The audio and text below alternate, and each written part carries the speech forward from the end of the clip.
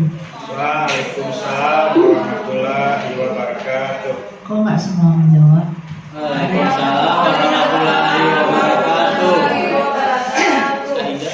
Alhamdulillah, segala puji dan syukur kita panjatkan kehadiran Allah Subhanahu wa Ta'ala yang telah melimpahkan berbagai nikmat kepada kita semua, mulai dari nikmat sehat hingga nikmat iman. Salawat dan salam marilah kita sampaikan kepada Nabi besar Muhammad Sallallahu Alaihi Wasallam yang telah mendidik umat agar menjadi uswah hasanah, teladan yang baik. Yang saya hormati Wakil Kurikulum dan Wakil Kesiswaan, yang saya hormati Bapak Ibu guru beserta seluruh staf TU.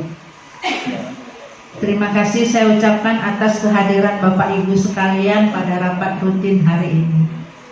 Rapat ini merupakan wadah bagi kita untuk berbagi informasi, mendiskusikan ide, serta mencari solusi bersama untuk meningkatkan kualitas pembelajaran di sekolah kita. Mari kita sambut setiap masukan dengan terbuka dan berkolaborasi dengan semangat positif. Saya yakin, tidak lupa juga saya mengucapkan terima kasih kepada seluruh Dewan Guru beserta staf TU atas partisipasi dan kontribusinya selama ini dalam pembelajaran dan kegiatan ekstrakurikuler yang telah kita laksanakan. Alhamdulillah telah berjalan dengan lancar. Tanpa kerjasama Bapak Ibu semua, kegiatan yang kita laksanakan tidak akan terlaksana dengan baik. Jadi sekali lagi saya mengucapkan terima kasih Bu ya. Jadi hari ini kita akan mendengarkan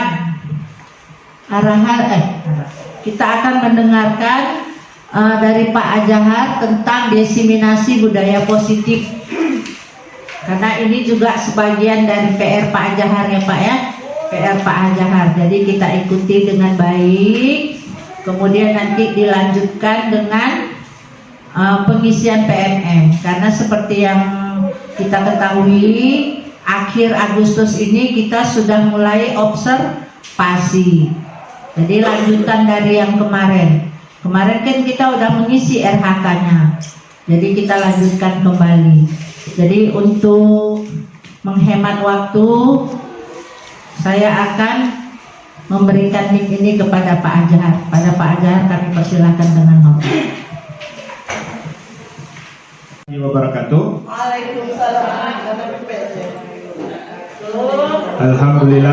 Alhamdulillahirabbil alamin wassalatu wassalamu ala asyrafil anbiya'i wal mursalin wa ala alihi wa sahbihi ajmain. Puji beserta syukur sama-sama kita panjatkan kehadiran Allah Subhanahu wa Ta'ala. Sampai hari ini kita masih diberikan kesehatan, kelapangan, sehingga kita dapat berkumpul di ruangan guru yang kita cintai ini. Dalam rangka ada dua agenda. Yang pertama nanti ada diseminasi tentang budaya positif, Bapak dan Ibu ya. Yang kedua nanti kita melanjutkan tentang perencanaan RHK kita di PMM. Karena menindaklanjuti nanti di bulan Agustus akhir ya, minggu terakhir kita sudah mulai observasi kinerja Bapak Ibu ya. Nah, jadi ada dua. Yang pertama nanti diseminasi, yang kedua ada melanjutkan perencanaan observasi kinerja kita di PMM. Bapak dan Ibu, yang rapat kali ini saya mohon izin karena ini direkam, sekaligus ini sebagai penerapan diseminasi ditugaskan kepada kami, kepada warga sekolah tentang penerapan budaya positif, dan ini berhubungan dengan RHK kita tentang disiplin positif ya. Mungkin nanti akan kami sampaikan, makanya ini direkam ya. Bismillahirrahmanirrahim. Sekali lagi saya buka Bapak Ibu ya. Assalamualaikum warahmatullahi wabarakatuh. Masih semangat Ibu-ibu? Kayaknya udah siang nih sudah mulai ngantuk ya. Cuma tadi aja semangat waktu pembahasan masalah gempa Bu RZ ya. Karena sudah mulai lemas. Jadi Bapak dan Ibu, saya memohon izin waktu. Sebelumnya yang kami hormati sekali lagi Ibu Kepala Sekolah yang telah berhadir di ruangan ini, dan kepada Bapak Ibu Dewan Guru saya mengucapkan terima kasih atas kesediaan untuk berhadir juga di ruangan ini. Yang pertama kita akan membahas tentang budaya positif. Kenapa hal ini juga perlu kami sampaikan kepada Bapak dan Ibu, mengingat di RHK kita di semester ini juga kita pilih kebanyakan tentang disiplin positif. Hanya beberapa orang kami dari sekolah bertiga dengan Bu Yus, Bu Nova yang pembelajaran interaktif. Selebihnya kita memilih disiplin positif, dan disiplin positif ini bagian daripada budaya positif, Bapak dan Ibu ya.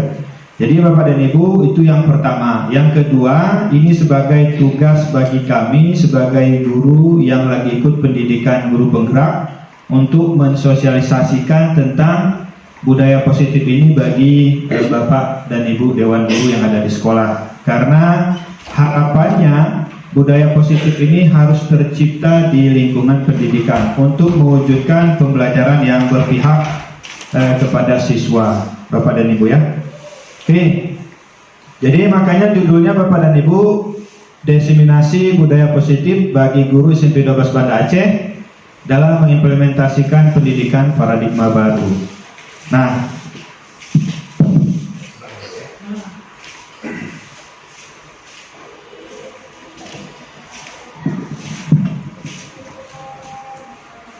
oke Bapak dan Ibu. Nah, kenapa budaya positif ini penting? Yang mendukung disiplin positif.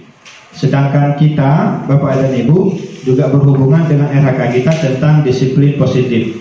Dengan menciptakan lingkungan yang mendukung, terbuka, dan memotivasi, budaya positif membantu membangun hubungan yang kuat dan saling menghargai.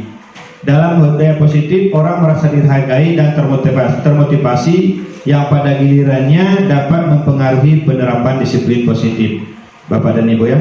Jadi disiplin positif ini bisa kita wujudkan di sekolah. Itu ada dengan dua pola atau dua cara. Salah satunya yang ini, dengan mewujudkan atau membentuk budaya positif. Nah, dengan teradanya budaya positif ini, otomatis kita pribadi juga akan terbentuk disiplin positif karena kita sudah berada di lingkungan yang membudayakan positif.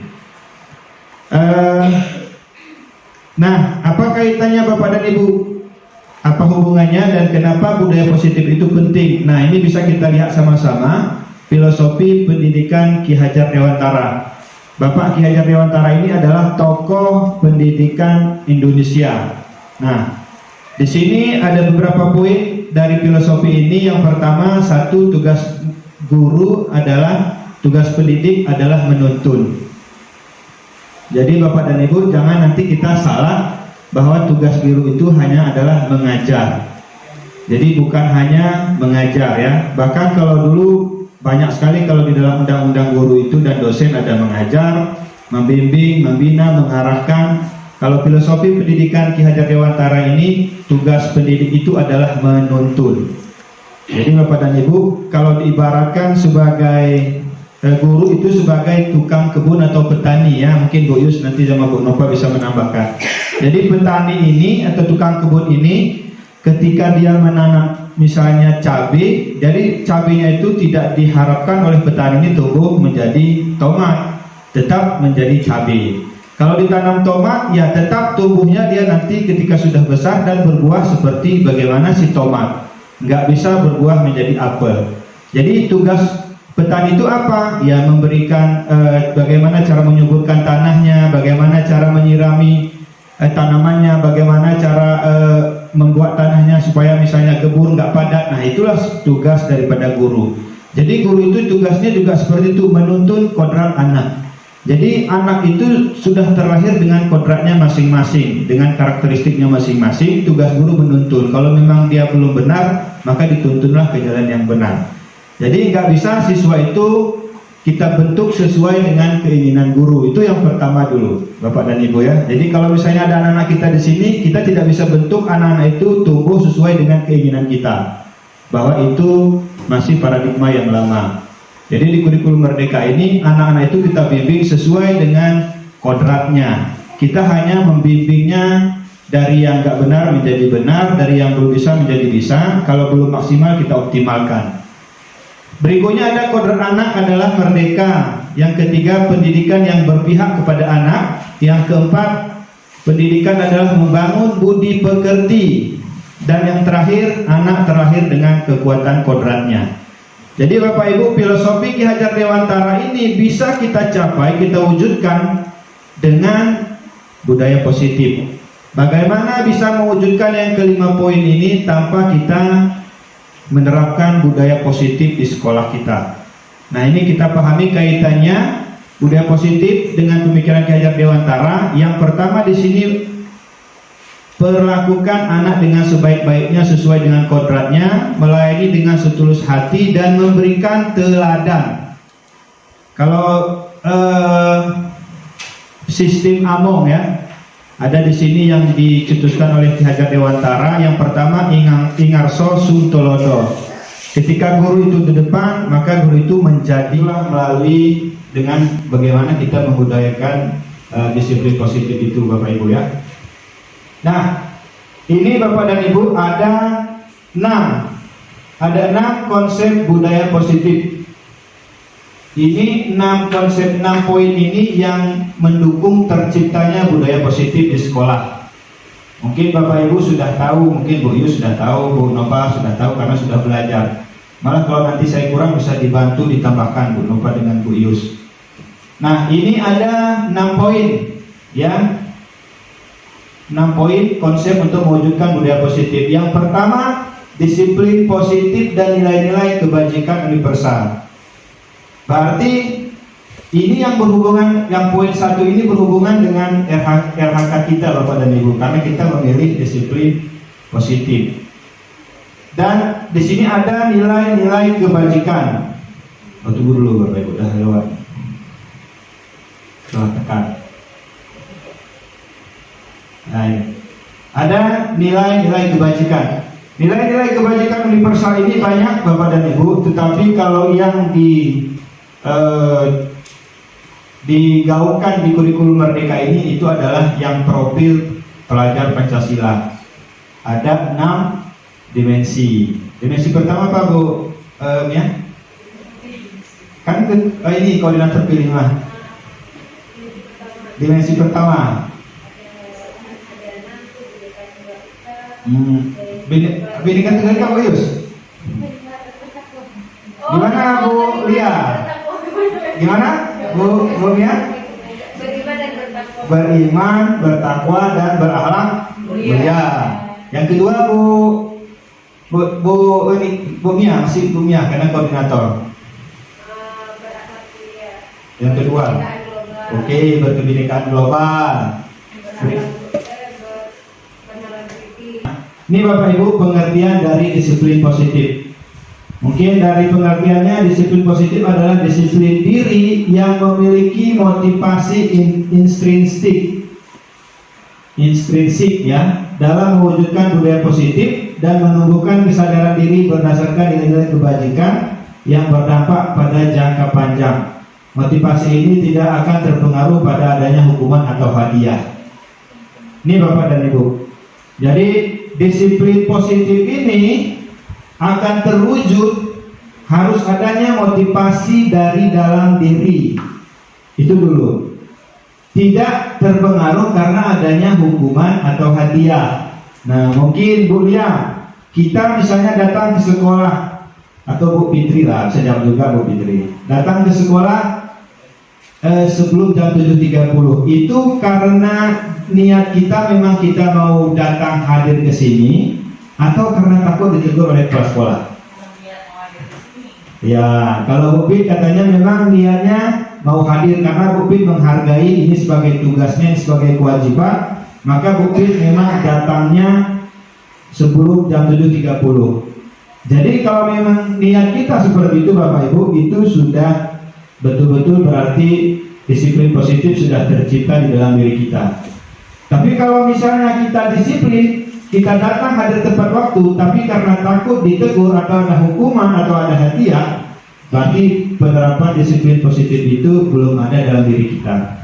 Jadi Bapak dan Ibu, kita bisa refleksi saja sendiri. Selama ini kita datang tepat waktu itu karena memang kita merasa diri kita sebagai guru, tugas kita memang jam seperti itu sudah ada di sekolah, atau karena kita menghargai diri kita, atau karena takut ditegur, takut diberikan hukuman.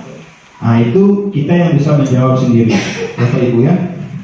Jadi ketika Bapak Ibu nanti sudah memilih juga RHK kita tentang disiplin positif, marilah pelan-pelan kita refleksikan diri, kita perbaiki diri kita sendiri. Ketika kita melakukan hal yang baik, itu didasari memang karena niat kita, ya, karena kita menghargai diri kita sebagai guru yang harus memberikan teladan yang baik, maka atas dasar itulah kita melakukan hal baik tersebut, bukan karena adanya hadiah atau hukuman atau teguran dari kepala sekolah. Itu yang nanti kami lihat juga ke depan Bapak dan Ibu guru, ya. Jadi jangan nanti ketika PNN ada masuk, ada yang belum masuk, ada masuk, tetapi ketika ada kepala sekolah, ketika nggak ada kepala sekolah, maka masuknya pun molor-molor ke kelas. Nah, ini berarti belum ada disiplin positif dalam diri kita. Nah, ini Bapak dan Ibu, ya, ini dalam menciptakan budaya positif di sekolah tadi, yang pertama kan tadi disiplin positif dan nilai-nilai kebajikan. Peran yang dapat kita lakukan apa? Ini dia. Yang pertama kali kita mencontohkan menjadi teladan akan nilai kebajikan. Pertama disiplin, bertanggung jawab, jujur, ya, sampai ke berakhlak mulia tadi, Bapak dan Ibu. Yang pertama dimensi kita kan beriman, bertakwa, dan berakhlak mulia. Kita harus bisa menjadi contoh dari poin dimensi itu dulu, nih. Yang kedua, ini poin-poinnya: memetakan karakter murid, membangun hubungan positif dengan murid, mungkin dari komunikasi kita, ya, dari tindakan kita kepada murid, ya, juga harus kita bangun hubungan yang positif. Terus nanti Bu, melibatkan siswa dalam membangun keyakinan kelas, kolaborasi, dan yang lain-lainnya, Bapak dan Ibu. Nah, ini konsistensi mengajak siswa untuk mendukung, menghayati dan mengamalkan nilai kebajikan yang telah tersepakati. Itu nanti Bapak Ibu ya. Yang jelasnya Bapak dan Ibu, ini langkah-langkah yang harus kita lakukan. Dan ini ada semboyan-semboyan, seyogyanya guru tidak bisa mengontak, ya kan? Yang mana yang motivasi yang bagus yang kita harapkan dari sini? Kalau selama ini kebanyakan mungkin kita untuk meningkatkan kedisiplinan anak-anak kita, ini misalnya anak kita ya, pasti kita ada berikan hukuman, ya, ataupun anak-anak itu mungkin termotivasi, dia disiplin, dia ini segala macam karena ada penghargaan. Kira-kira kalau untuk meningkatkan ini aja minat belajar anak-anak kita, kalau kita berikan misalnya penghargaan, juara 1, juara 2, juara 3, kita berikan hadiah, kira-kira itu bisa meningkatkan motivasi anak itu secara permanen nggak? Bapak dan Ibu? Nggak bisa. Terus misalnya anak-anak yang telat datang kan? Telat datang, kita berikan hukuman supaya besok dia nggak telat lagi. Kira-kira itu bisa meningkatkan motivasinya nggak ke depan supaya dia tidak datang telat atau datang tepat waktu? Tidak. Ini mungkin Pak Sena sudah paham karena ini sebenarnya ilmu dari BK. Karena Pak Sena lebih memahami tentang ini. Kalau kita hanya membahas kulit, kalau Pak Sena mungkin sudah membahas sampai ke tulang-tulangnya. Jadi Bapak dan Ibu, tidak efektif kalau kita memberikan hukuman dan penghargaan ini untuk meningkatkan motivasi anak berubah ke arah yang lebih baik. Kalau misalnya kita memberikan dengan penghargaan, mungkin ketika ada penghargaan itu anak itu semangat belajar. Ya, misalnya juara 1 di kelas kita berikan hadiah ini. Terus besoknya kita nggak berikan hadiah, itu motivasinya turun lagi. Anak-anak itu nggak bersemangat lagi. Karena kenapa? Dia melakukan itu bukan dari dasar dalam dirinya, dia sadar bahwa dia harus meningkatkan nilai apa. Jadi bukan karena dasar dari dalam dirinya, tetapi karena ada imbalan. Makanya dia mau meningkatkan potensi atau hasil belajarnya, meningkatkan hasil belajarnya. Begitu juga dengan mendisiplinkan siswa. Kalau hanya karena hukuman anak-anak itu kita disiplinkan, yang ada di dalam, maka kita harus mengenalkan atau meyakinkan anak-anak dengan nilai-nilai kebajikan yang akan kita junjung, Bapak dan Ibu ya. Jadi bagaimana mungkin anak kita bisa disiplin, bagaimana mungkin anak kita bisa terarah ke disiplin yang baik, sedangkan kita tidak konsekuensi ada pilihan. ada pilihan. Kalau bonopa apa bonopa? Hukuman bonopa? Apa hukuman? Hukuman. Apa bedanya maksudnya hukuman dengan konsekuensi? Kalau hukuman itu dia itu kita memberikan anak itu rasa sakit gitu, baik sakit fisik maupun sakit perasaan. Itu hukuman. Itu hukuman. Terus dia kita mempermalukan anak. Nah itu juga hukuman. Ya. Kalau konsekuensi itu lebih ke anak itu misalnya contohnya apa ya, coba nanti misalnya anak-anak telat ya, anak-anak telat, kita suruh tulis anak itu pas tuh, itu tulis Itu ada contohnya kan? iya. Ya. Nah itu saya mau bilang itu juga.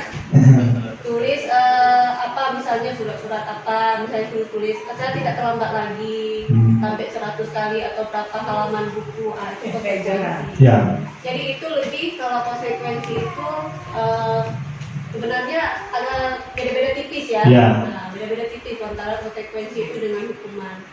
Kalau konsekuensi kayak anak-anak juga terlambat sekolah, kita didirikan di apa namanya, kita asingkan dia. Itu kalau menurut saya itu agak-agak konsekuensi, tapi di situ ada juga munculnya rasa malu anak di situ. Ya. Itu seperti itu.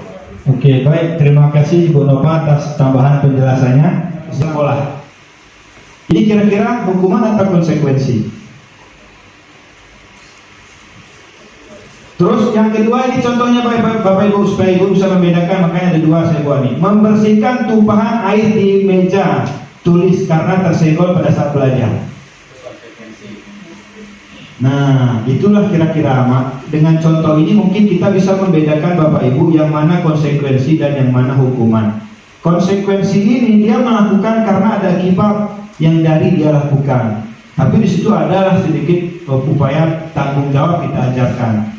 Kenapa ini dia harus bersihkan? Karena dia yang menyenggol, maka dia membersihkan. Ini bagian contoh dari konsekuensi. Tapi kalau hukuman, tidak ada kita ajarkan sebagai bentuk tanggung jawab dan tidak ada sebagai diskusi di situ. Langsung kita memveto dari guru. Nah, ini contohnya lagi Bapak dan Ibu. Ada membersihkan WC karena sekolah karena mematahkan pensil kawan. Ini sudah jelas yang hukuman nih Pak Sena ya. Terus ini berdiri di depan kelas sambil ya mengangkat kaki satu kaki karena tidak bisa menjawab pertanyaan. Konsekuensi apa hukuman? Hukuman. Bapak dan Ibu, yang seperti ini mulai dari hari ini seterusnya ke depan, cobalah harus kita hindari. Saya juga dengan Bu Nova, Bu Yus semakin belajar di guru penggerak ini, ternyata saya sadar selama ini saya banyak kali kesalahan sebenarnya. Ya, masih banyak sekali kekurangan. Ternyata semakin kita pelajari, semakin kita belajar, semakin kita gali, baru ketahuan ternyata ilmu kita belum seberapa. Karena selama ini kita selalu melaksanakan ini, ternyata hukuman ini tidak akan memberikan dampak positif bagi siswa. Hanya sesaat ya. Ketika ada kita di situ, aja ikuti aturan, ikuti peraturan. Ketika kita nggak ada, kembali kepada jati sebelumnya ketika mereka belum dibimbing. Jadi Bapak dan Ibu, konsekuensi ini mungkin bisa, tetapi ada lebih bagus lagi dari konsekuensi. Apa itu? Itulah yang sebentar lagi kita masuk ke situ. Berikutnya Bapak dan Ibu, nah tadi keteladanan, setelah itu nilai-nilai kebajikan, itu yang kita tanamkan kepada anak kita. Bagaimana cara kita sepakati secara tersirat atau surat terlepas dari latar belakang suku ya, nggak boleh ini. Dan ini dia menjadi fondasi dan arah tujuan sebuah kelas yang akan menjadi landasan dalam memecahkan konflik permasalahan di dalam sebuah sekolah atau kelas. Ini bisa kita baca, Bapak dan Ibu. Jadi nilai-nilai kebajikan ini melalui membuat keyakinan kelas inilah kita sosialisasikan, kita tanamkan kepada anak didik kita yang di kelas. Nanti Bapak dan Ibu mulai besok seterusnya ke depan, ya, coba membuat kesepakatan atau keyakinan kelas tadi, ya. Kalau bedanya peraturan dengan kesepakatan kira-kira gimana, Bu Lia? Ada peraturan nih. Kemarin juga saya tanya waktu diskusi elaborasi dengan instruktur, kan. Ternyata kalau sudah berjalan dengan efektif nanti keyakinan kelas ini, peraturan itu nggak perlu ada lagi. Kira-kira apa bedanya peraturan dengan? Kalau dia salah, ada dua konsekuensi. Oke, pokoknya sudah dijawab. Kalau peraturan yang dibuat, peraturan itu dibuat, kan? Sebenarnya sama-sama. Oke, kalau Bu Desi gimana Bu Desi? Terima kasih Bu Fitri. Apa bedanya peraturan dan kesepakatan? Kalau peraturan tuh sepihak aja yang buat, tapi kalau kesepakatan antara Ya, ini semakin menjurus, ya. Terima kasih Bu Desi.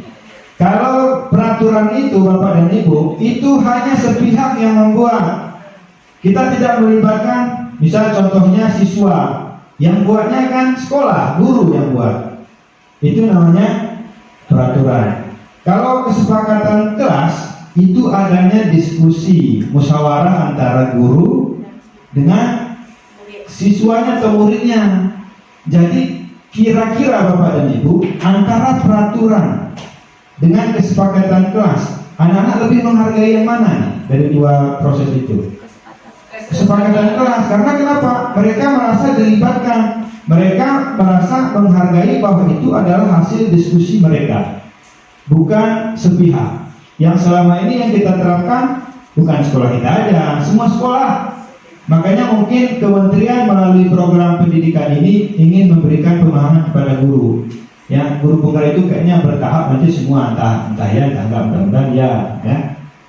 Jadi ternyata yang selama ini peraturan itu tidak efektif karena anak tidak merasai bahwa itu buah pikiran mereka. Jadi dianggap itu tidak efektif. Dibuatlah kesepakatan kelas. Nah, kesepakatan kelas ini didiskusikan antara guru dengan anak-anak, sehingga dia lebih merasa menghargai dari sejenis aturan yang dibuat itu. Padahal itu aturan juga, tapi dia juga merasa dirinya yang merumuskan, sehingga dia lebih menghargai. Nah, apa bedanya kesepakatan dengan keyakinan kelas? Kalau keyakinan kelas ini lebih tingkatnya lagi dari kesepakatan. Kalau namanya kesepakatan kelas ini, namanya anak-anak kan bisa saja mengusulkan apa aja dari kesepakatan, ya kan? Tetapi di keyakinan kelas ini kita mengubahnya dari bentuk kesepakatan atau peraturan itu menjadi hal yang positif. Sebenarnya ada contohnya, misalnya jangan terlambat. Kita rubah ke bahasa positif apa? Datang atau hadir tepat waktu, gitu.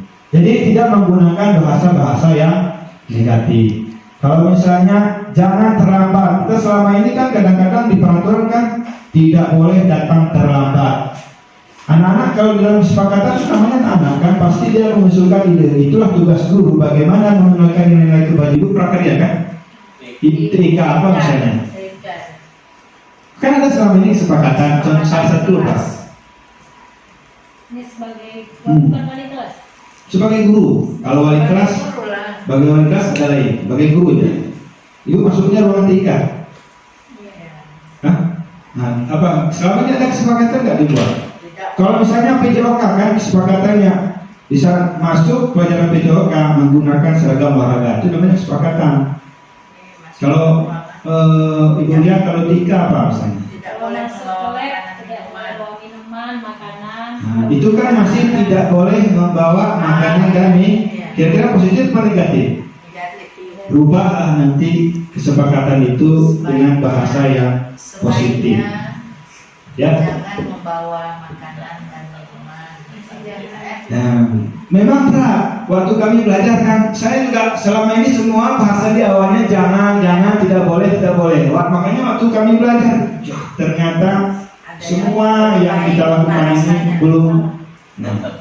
belum tepat. Jadi ibu-ibu, kita pikir itu kan spirit, ternyata itu mengesan di dalam hati anak-anak sehingga menjadi kebiasaan, terus menjadi karakter. Mereka juga akan susah diperbaiki atau diyakinkan kembali ya. Jadi ini Bapak dan Ibu, tugas kita bersama. Kalau memang perlu nanti bisa kita diskusi bagaimana cara merumuskan keyakinan kelas ini. Berikutnya Bapak dan Ibu, ini ada 5 kebutuhan dasar manusia. Ini yang berhubungan dengan konsep mengembangkan budaya positif di sekolah. Yang pertama ada bertahan hidup, penguasaan, kasih sayang, kebebasan, kesenangan. Ini dia. Kalau 5 kebutuhan dasar. Ternyata kalau kita sebagai guru, Bapak dan Ibu, harus memahami dulu 5 kebutuhan dasar manusia ini. Anak kita kadang-kadang bermasalah di sini. Ada di antara satu kebutuhan ini tidak terpenuhi pada mereka mungkin di rumah. Sehingga di sekolah ini mereka kita anggap berulah. Ya, dan kita yang selama ini termasuk saya pribadi nggak mau tahu. Yang penting kalau di sekolah itu kan harus ikuti sekolah, itu ternyata salah. Jadi guru itu harus memahami untuk menciptakan budaya positif di sekolah ini, maka kita juga harus memahami dulu kebutuhan dasar manusia. Yang pertama bertahan hidup. Ini kebutuhan yang bersifat fisiologis dan biologis. Kalau anak-anak nggak makan, nggak ini segala macam, kira-kira mereka bisa fokus nggak belajar? Nggak fokus, Bapak dan Ibu. Ini ternyata itu kebutuhan bertahan hidup nih, biologi ini contohnya nih. Atau di rumah mungkin orang tuanya ya masalahnya kita bilang berkelahi, orang tuanya pisah segala macam. Itu gangguan ini fisiologisnya.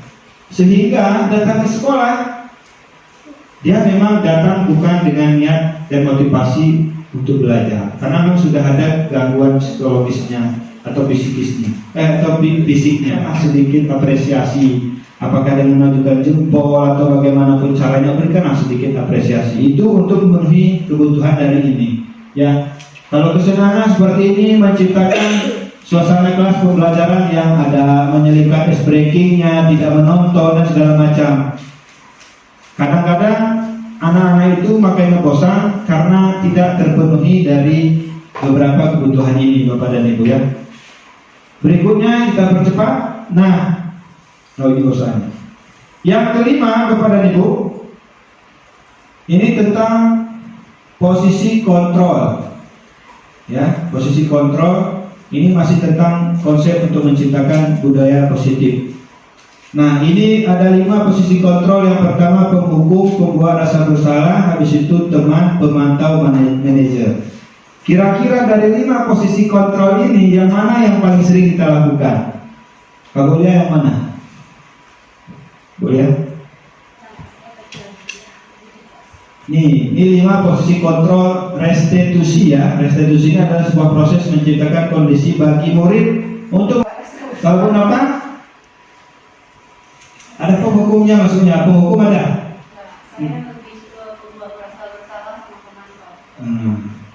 Itulah Bapak dan Ibu, kemarin kami pun ikut kegiatan ini. Ternyata saya juga seringnya penghukum. Memang penghukum ini kita kan nggak namparan orang ya, jarang. Kalau saya namparan orang, apalagi masih kelas 1, kita sekali tampar cukup, pasti dibawa minimal ke rumah sakit. Bukan maksudnya menghukumi yang main fisik.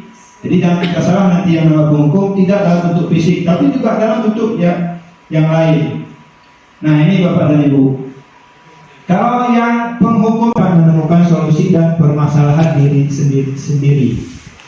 Kira-kira dari 5 posisi kontrol ini yang mana yang paling baik Bapak dan Ibu? Gimana? Bu Desi yang mana?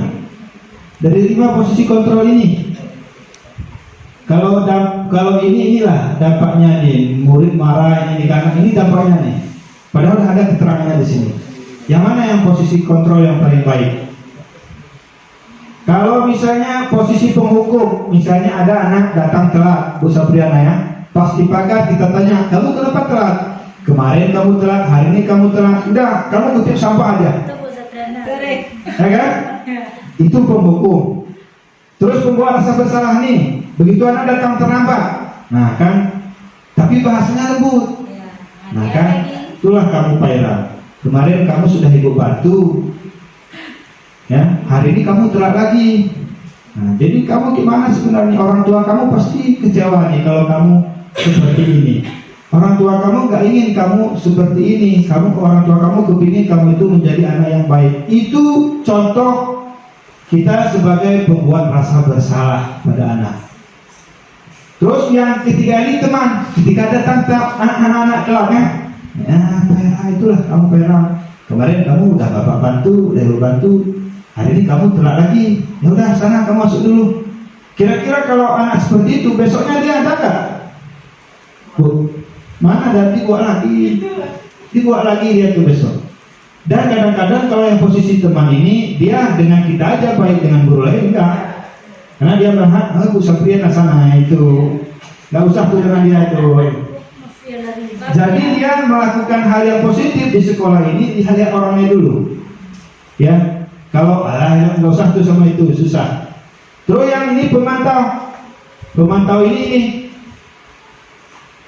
ini sudah baik dan paling baik Bapak Ibu, itulah posisi manajer ini.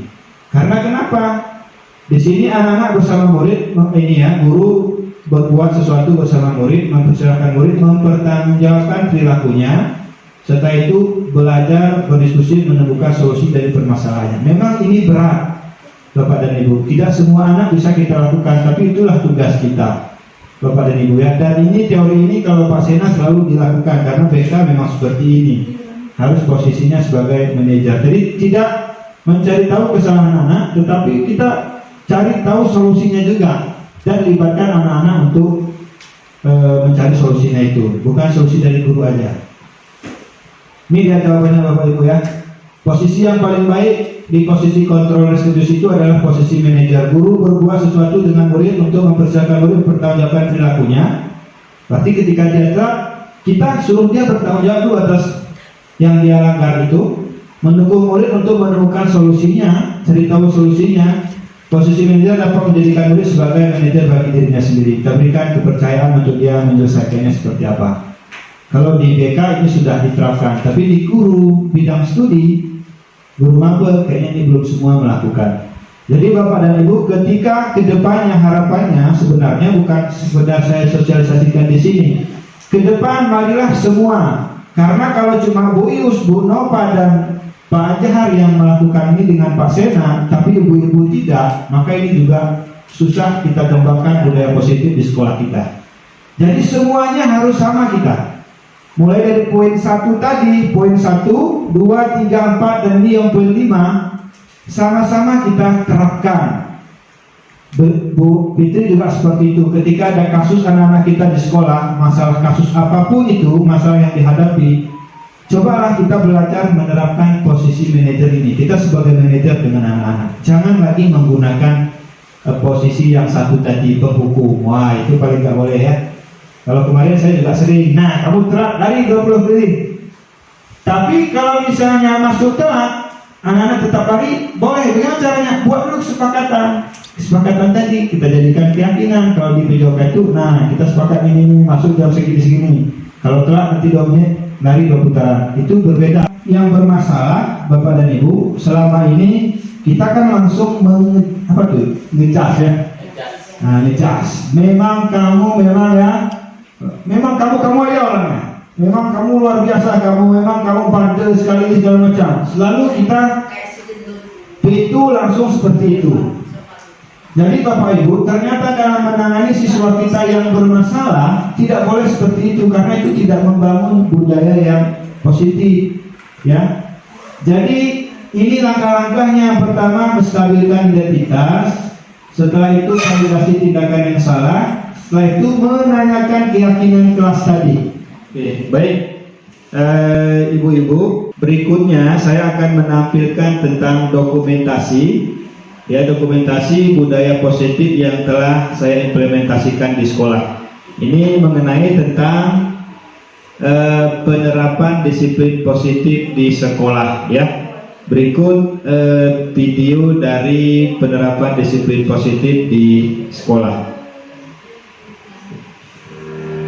Nah, ini Bapak dan Ibu, kegiatan kita seperti biasa, guru menyambut kedatangan siswa pada pagi hari ya, sekaligus kita mengecek kerapian atau atribut dari ananda-ananda kita di sekolah. Nah, dan ini seperti biasa, selesai kita pembacaan Yasin, ada nasihat atau sejenis tausiah dari guru tentang nasihat-nasihat penerapan disiplin positif di sekolah. Jadi bukan hanya kepada guru kita sosialisasikan tentang penerapan disiplin positif, tapi juga kepada siswa, bahkan kepada orang tua. Nah, rapat ini juga kemarin diikuti oleh Bu Fitri ya. Bu Fitri moderator. Nah, ini orang tua. Kita sampaikan tentang upaya penerapan disiplin. Nah, ini kegiatan pembacaan Yasin di musola. Dan selaku guru, seyogyanya memang kita juga harus mendampingi anak-anak dalam kegiatan tersebut. Ini merupakan juga dari budaya disiplin positif yang dilakukan oleh guru di sekolah.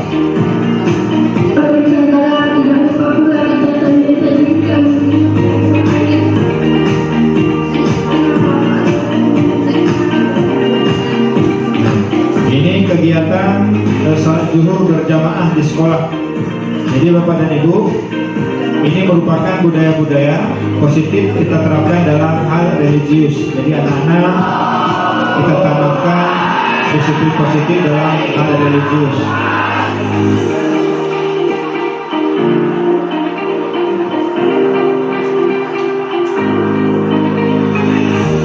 Nah, dan ini program kita selain ada sholat duha, baca Yasin, Bapak dan Ibu, selain menciptakan budaya positif di aspek religiusnya, kita juga menciptakan budaya positif bagian dari kebugaran jasmani atau fisik siswa ya.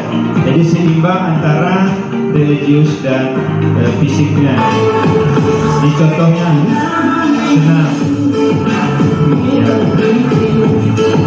Ini merupakan penerapan aplikasi disiplin positif yang sudah kita lakukan di sekolah.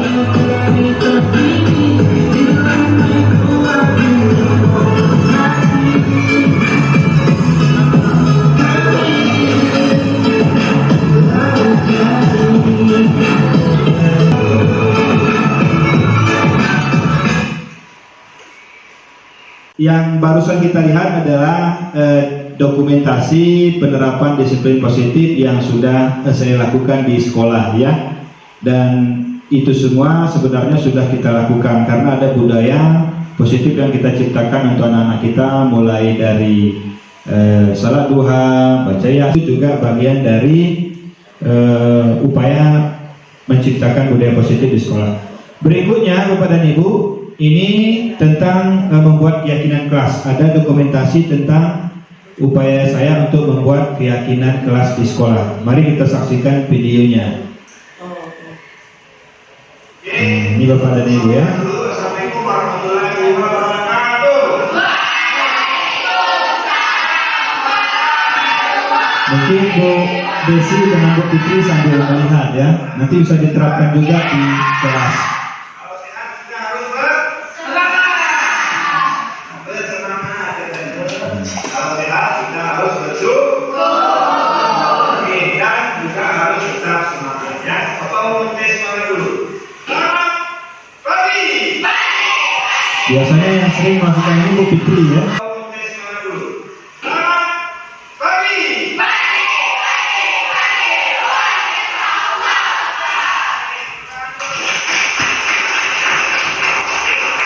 Ya. Anak-anak Bapak sekalian, hari ini kita sengaja masuk di dalam kelas terlebih dahulu. Nanti selesai kita di dalam kelas, baru kita Nanti keyakinan kelas ini bisa dibuat setiap guru. Nanti Bu Desi juga membuat keyakinan kelas bersama anaknya ya. Nanti Bu Rita juga sama. Bu Rita apalagi wali kelas harus membuat keyakinan kelas antara wali kelas dengan siswa. Guru mapel saja harus membuat. Nah, nanti di sini kita ingatkan anak-anak tentang peraturan-peraturan yang telah ada di sekolah. Nanti peraturan-peraturan itu kira-kira siapa yang ingat apa saja peraturan di sekolah? Nah, peraturan itu nanti akan diajukan oleh siswa. Nah, peraturan yang kita ajukan itu secara bersama-sama dengan siswa kita sepakati. Oke, coba kalian tulis. Ya. Jadi nanti peraturan-peraturan yang kita diskusikan bersama siswa nanti kita jadikan sebuah kesepakatan. Nah, peraturan itu nanti akan kita jadikan sebagai keyakinan kelas. Kita membuat kesepakatan di peraturan apa saja yang mau kita sepakati ya. Kan selama ini sudah banyak disosialisasikan, sudah sering diperhatikan oleh guru bahwa peraturan di sekolah kita itu apa saja. Jadi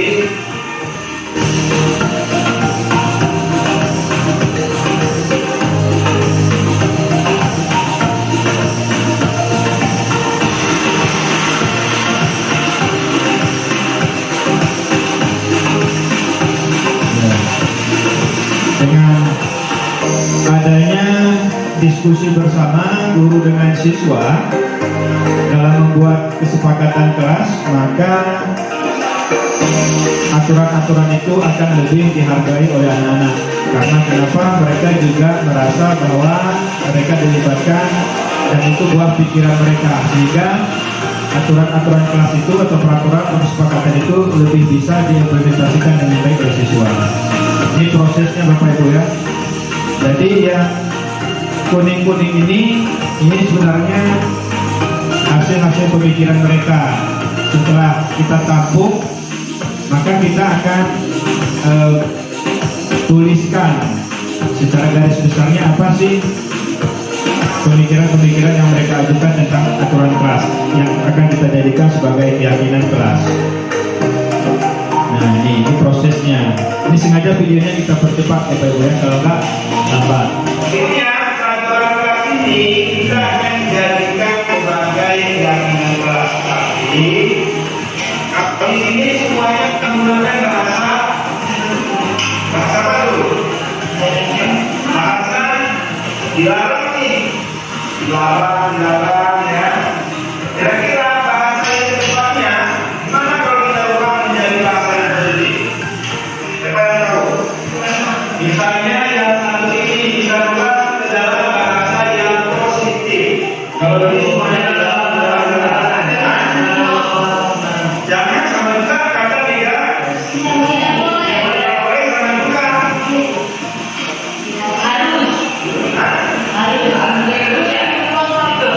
gimana kira-kira supaya tidak ada menjadi ada negatif karena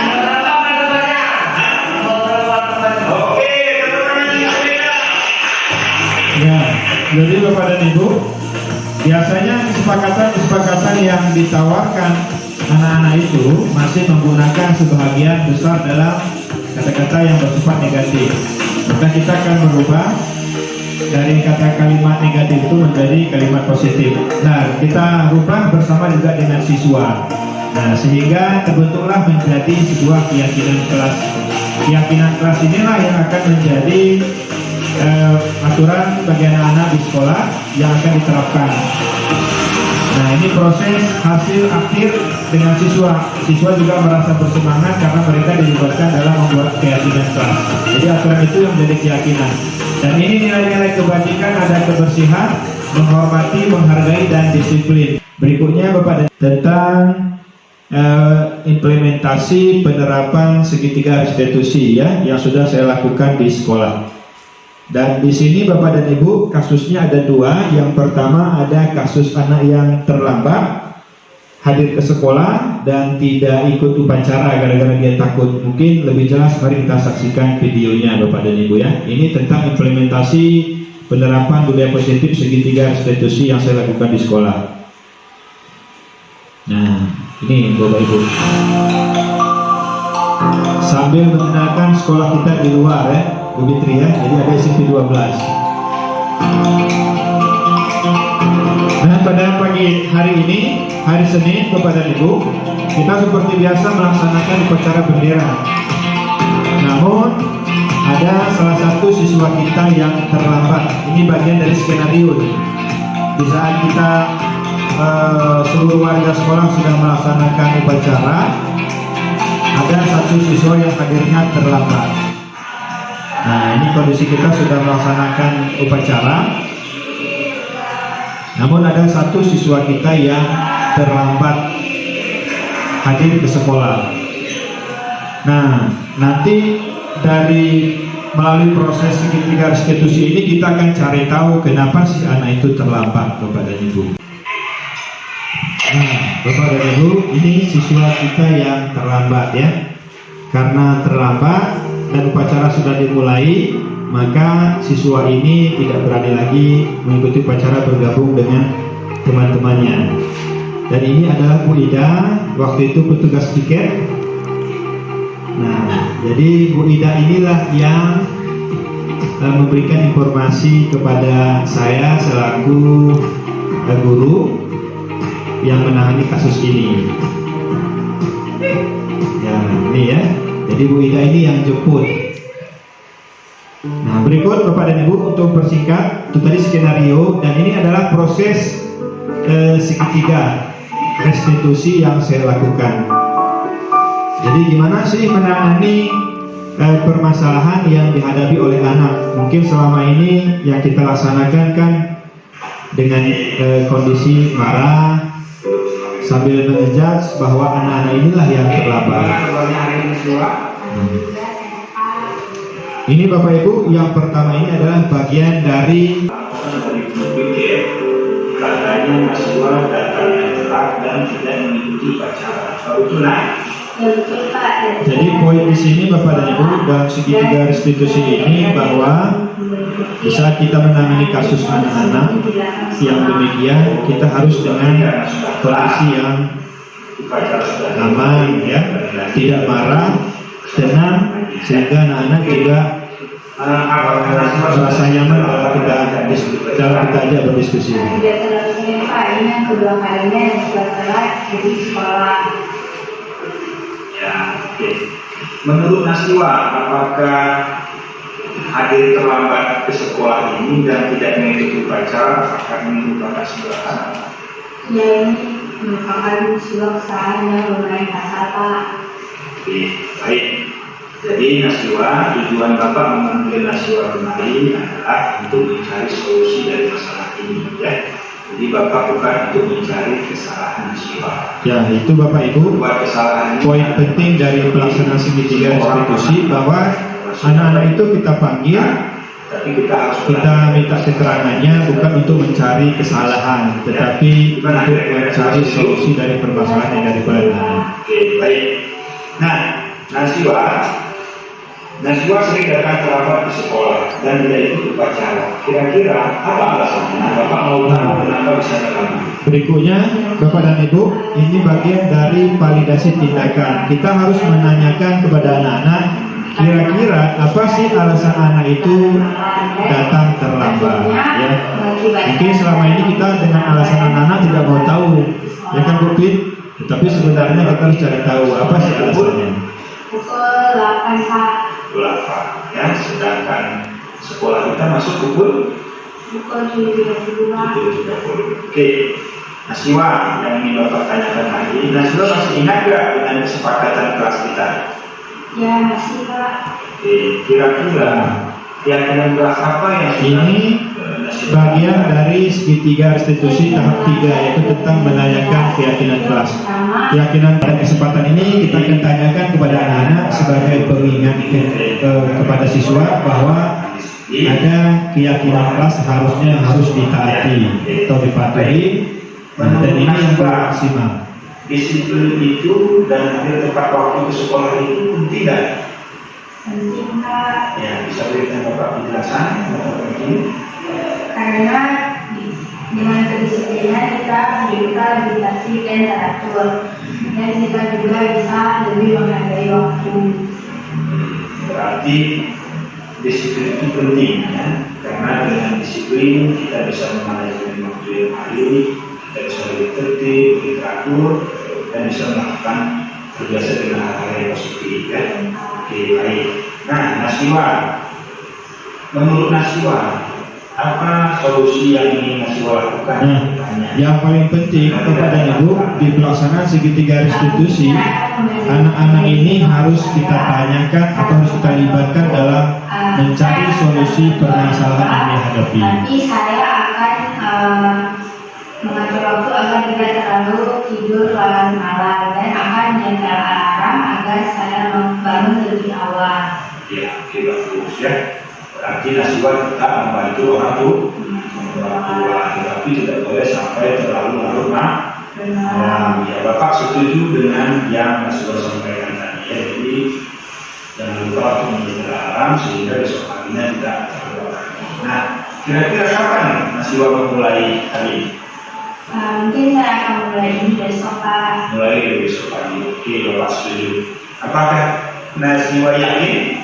Insya Allah ya Pak. Insya Allah bisa berubah ke arah yang lebih baik lagi. Ya Pak. Oke, baik. Terima kasih Nasiwa.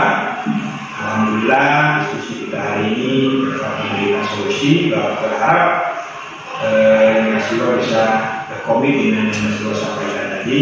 Ya. Gimana Pipit ngantuk? Ya. Oke.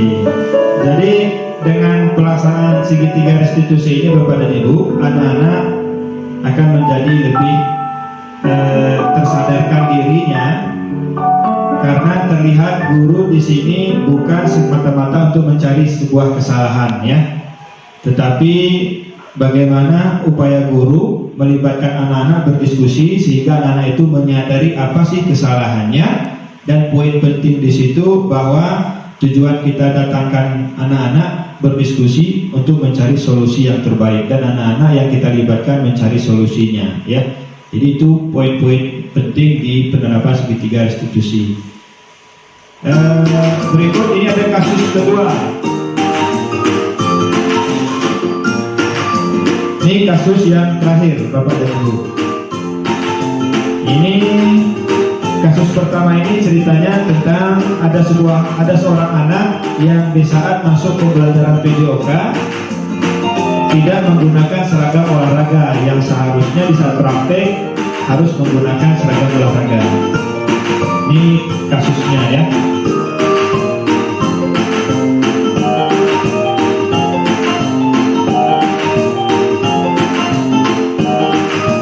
Untuk lebih cepat kepada Ibu kita lanjutkan. Nah, ini proses segitiga restitusi yang kedua yang saya implementasikan di sekolah.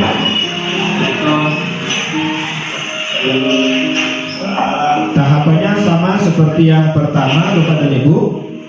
Kita melakukan yang pertama tentang menstabilkan identitas. Jadi anak-anak itu datang bukan kita marahi, bukan kita tanya-tanya dan kita cari kesalahannya, tetapi solusi yang kita cari. Alhamdulillah, dengan untuk nah, tapi sengaja ini nanti Bapak panggil ya ke ruang Bapak membaca rapi berdiskusi ya, karena Bapak perhatikan, Bapak amati di saat masuk praktek PJOK, Rafi sering tidak memakai seragam bahasa praktek. Ya, silakan. Apa Rafi merasakan demikian tak? Saya. Silakan Bu Rita. Rafi, berapa kali sudah Rafi tidak memakai baju olahraga di saat jam praktek olahraga? Sudah 3 kali. 3 kali. Nah, jadi dari diskusi ini, penyelidikan ini, si Rafi ini sudah 3 kali tidak memakai seragam olahraga di saat praktek. Nah, disinilah tujuan guru mencari tahu nanti kenapa. Jadi kita harus mencari tahu dulu apa alasan anak. Karena anak itu dalam melakukan sesuatu pasti ada dasarnya, ada hal yang ingin dituju atau dicapai. Bapak panggil Rafi kemari bukan untuk mencari dan masalah itu ya. Nah, ini Bapak dan Ibu bagian dari tahapan restitusi. Jadi anak-anak dipanggil sekali lagi bukan untuk mencari sebuah kesalahan, tetapi untuk mencari solusi. Semua orang pernah melakukan kesalahan, namun kita perlu belajar dari masalah itu ya. Jadi Bapak ada Rafi berdiskusi, Bapak mengutamakan untuk kita cari solusinya. Rafi setuju? Setuju Pak. Bersedia? Sedia. Oke, baik. Rafi. Nah, Rafi, apa alasan Rafi kira-kira kenapa Rafi tidak memakai baju olahraga itu saat praktek itu? Kita cuci baju Pak. Kadang-kadang ingat baju sore, pada sore kita cuci baju, kita cuci baju Pak. Itu Jadi alasan Ananda Rafi ini ternyata dia tidak memakai baju olahraga karena lupa mencuci baju. Baru teringat sudah di sore hari, dan ketika sore dicuci, paginya sudah pasti tidak kering. Karena lupa dicuci, baru teringat di sore hari baru dicuci, sehingga paginya tidak kering. Nah, tapi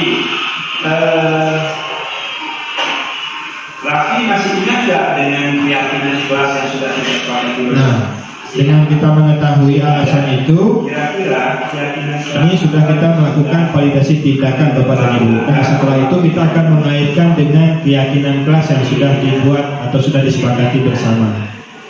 seperti dalam pakaian Pak.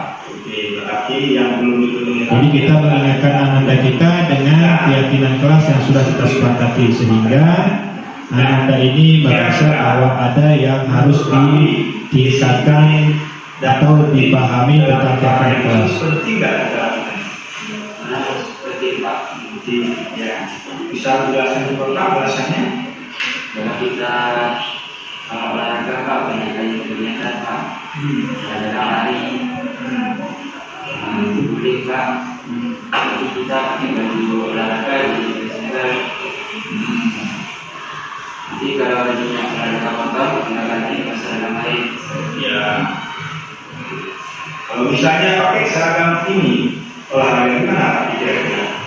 Nah, di sini anak-anak kita aja berpikir atau berefleksi tentang pentingnya memakai seragam itu, sehingga anak ini mendapatkan pengalaman yang berarti bahwa seragam olahraga itu penting digunakan di saat praktek. Jadi anak-anak itu paham untuk kedepannya dia sudah memahami bahwa hal itu bukan hanya sekedar dipakai, tapi ada kegunaan dari memakai seragam olahraga. Ini yang ditanamkan dalam segitiga restitusi Bapak Ibu ya, budaya positif dalam segitiga restitusi. Jadi anak-anak itu sambil kita sadarkan seragam biasa seperti itu untuk meningkatkan motivasinya ke depan untuk selalu lebih disiplin. dan nanti berkeringat, hasilnya belajar berikutnya badannya jadi bau mengganggu kawan-kawan yang lainnya.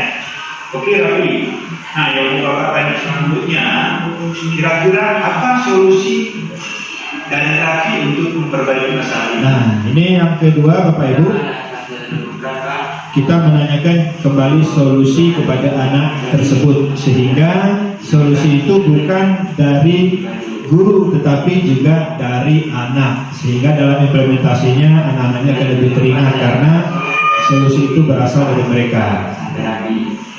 Dan ketika saya langsung masukkan ke adalah melatih saya. Oke, terus Terus nanti sebelum besok masuk pelajaran PJK, saya langsung masukkan baju olahraga saya ke dalam tas agar tidak lupa lagi Pak. oke, bagus. Bapak juga setuju dengan solusi yang Rafi tawarkan ya. Berarti mencuci bajunya lebih cepat. Setelah itu setrikanya, nah 1 hari sebelum masuk pelajaran PJK, bajunya sudah dimasukkan ke dalam tas ya, supaya tidak lupa lagi. Itu ya, Rafi ya. Jadi Bapak pendapat dan setuju. Nah, kira-kira Rafi, kapan Rafi memulai hal ini? Mulai dari yang ini Pak. Mulai dari ini dan seterusnya ke depannya. Ya, di Bapak juga sangat setuju dengan aksi Rafi ini. Nah, kira-kira Rafi yakin? Lagi Pak. Yakin? Siap untuk Dengan demikian anak-anak akan merasa lebih bersemangat ini, mudah-mudahan untuk melakukan perubahan ke arah yang lebih baik, gitu ya. sehingga ada perubahan ke arah yang lebih baik lagi ke depannya. Mungkin ini saja Rafi yang dapat sampaikan. Semoga diskusi kita ini bermanfaat bagi Bapak dan bagi Rafi, dan Rafi terus tetap semangat untuk berubah hal yang arah yang lebih baik ya. Oke, Bapak dan Ibu, demikianlah segitiga institusi yang saya terapkan di sekolah, dan alhamdulillah dari kedua anak ini ada perubahan menuju ke arah yang lebih baik. Nah, Bapak dan Ibu, mungkin sekian dokumentasi atau pemaparan dokumentasi dari penerapan budaya positif saya di sekolah. Mudah-mudahan dengan video ini tadi menginspirasi Bapak Ibu untuk melakukan disiplin positif, bahkan untuk menjadikan sebuah budaya di sekolah, Bu Fitri ya. Mungkin Bapak dan Ibu yang dapat saya sampaikan tentang diseminasi budaya positif ini. Budaya ini mari kita budayakan, karena kami juga mempunyai kewajiban untuk mensosialisasikan. Saya menyadari ini masih banyak kekurangan, mungkin besok dan seterusnya akan ditambahkan oleh Bu Yus atau Bu Nova nanti tentang budaya positif ini. Bapak dan Ibu, kalau memang tidak ada yang mau ditanyakan, saya rasa sudah cukup sampai di sini. Lebih dan kurang saya mohon maaf. Saya tutup. Wabillahi taufiq wal hidayah. Assalamualaikum warahmatullahi wabarakatuh. Waalaikumsalam warahmatullahi wabarakatuh. Assalamualaikum warahmatullahi wabarakatuh. Saya bernama Santi Luciana SPD, Kepala Sekolah SMP Negeri 12 Banda Aceh. Saya mengucapkan terima kasih kepada Bapak Azahar Komeni yang telah melaksanakan diseminasi berbagi praktik baik di SMP Negeri 12 Banda Aceh. Kegiatan ini saya rasa sangat bermanfaat bagi guru-guru dalam penerapan budaya positif di sekolah. Menurut saya, Pak Azahar sudah mengimplementasikan budaya positif ini di sekolah. Kegiatan ini sangat baik sekali untuk kemajuan sekolah. Sekali lagi saya mengucapkan banyak terima kasih kepada Bapak Azahar yang telah melaksanakan budaya positif ini. Assalamualaikum warahmatullahi wabarakatuh. Assalamualaikum warahmatullahi wabarakatuh. Perkenalkan, nama saya Desia Opanida. Saya salah satu guru di SMP Negeri 12 Banda Aceh, bidang studi informatika.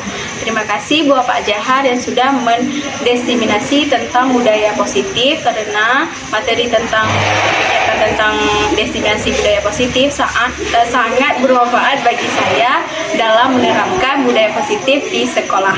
Terima kasih Pak Azahar. Assalamualaikum warahmatullahi wabarakatuh. Perkenalkan, nama saya Raffi Anjani dari Sekolah SMP Negeri 12 Banda Aceh. Saya mengucapkan terima kasih kepada Pak Azahar yang telah mengajak saya untuk mencari solusi permasalahan saya. Sekarang keadaan saya lebih tenang.